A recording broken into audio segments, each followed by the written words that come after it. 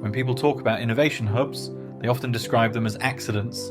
A city gets lucky, talent gathers, startups appear, an ecosystem forms. It sounds organic, but in today's world, that story is incomplete. Because modern innovation hubs aren't discovered, they're designed. To understand why, you have to look beyond startups and technology and look at the role of the state, not as a regulator reacting after the fact, but as an architect working quietly, years in advance. Over the past 2 decades, governments around the world have learned something important. If you want companies to build serious long-term businesses, you don't just offer incentives, you build systems. These systems don't announce themselves loudly. They rarely show up in headlines. Instead, they appear as clear and predictable regulation, stable tax frameworks, universities aligned with industry needs, immigration systems designed around skills, not volume, public procurement that creates early demand for complex products. None of these feel exciting, but together they shape outcomes.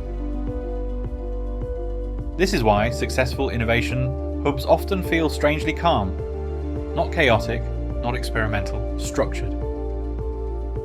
The most effective hubs aren't the ones moving the fastest, they're the ones removing uncertainty. From a company's perspective, the calculation is straightforward.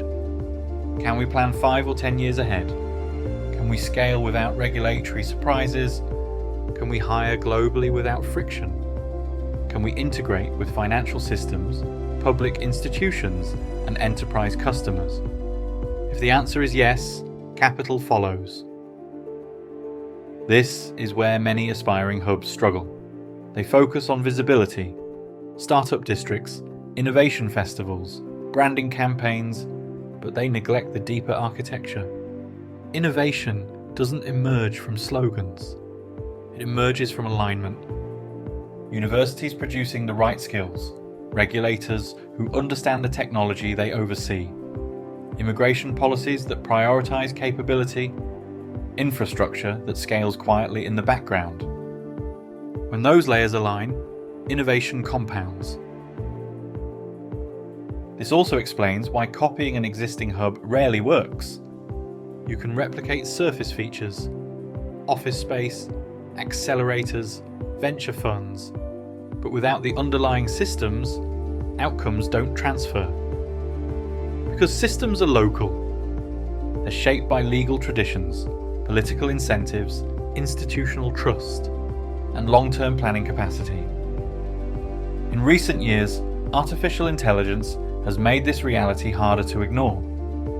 Because AI doesn't just need talent, it needs data governance frameworks, compute access, energy stability, cross-border trust, clear accountability when systems fail. These aren't startup problems, they're state-level problems.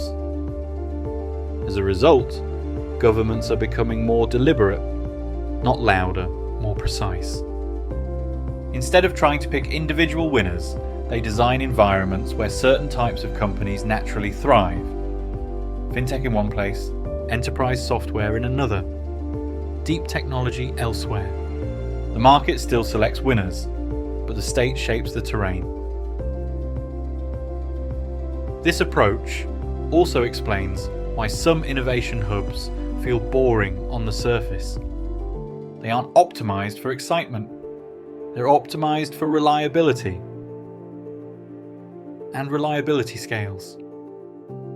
When systems work quietly, companies spend less time navigating friction, less time managing risk, less time interpreting regulation, more time building.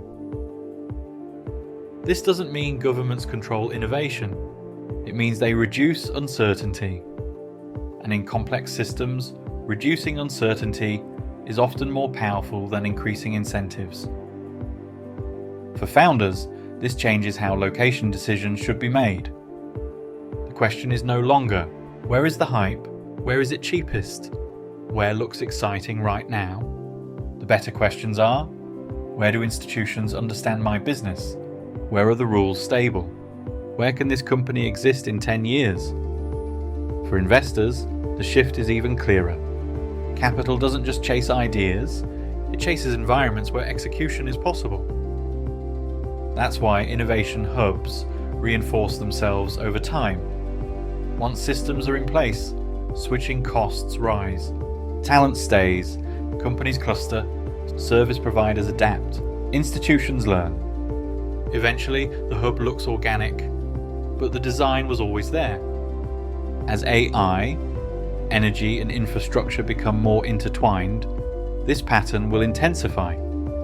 Innovation will concentrate not where excitement is highest, but where systems are strongest. The next generation of innovation hubs won't appear suddenly. They won't announce themselves through rankings or headlines. They'll emerge quietly through policy documents, through infrastructure investment, through university partnerships, through visa frameworks, often years before the wider world notices. Understanding this changes how we interpret success. It stops being about luck and starts being about intent. Innovation hubs aren't accidents. They're the result of long-term decisions made upstream by institutions willing to think in decades, not quarters. And once you see that, the map of global innovation looks very different. Not flatter, not random, but designed.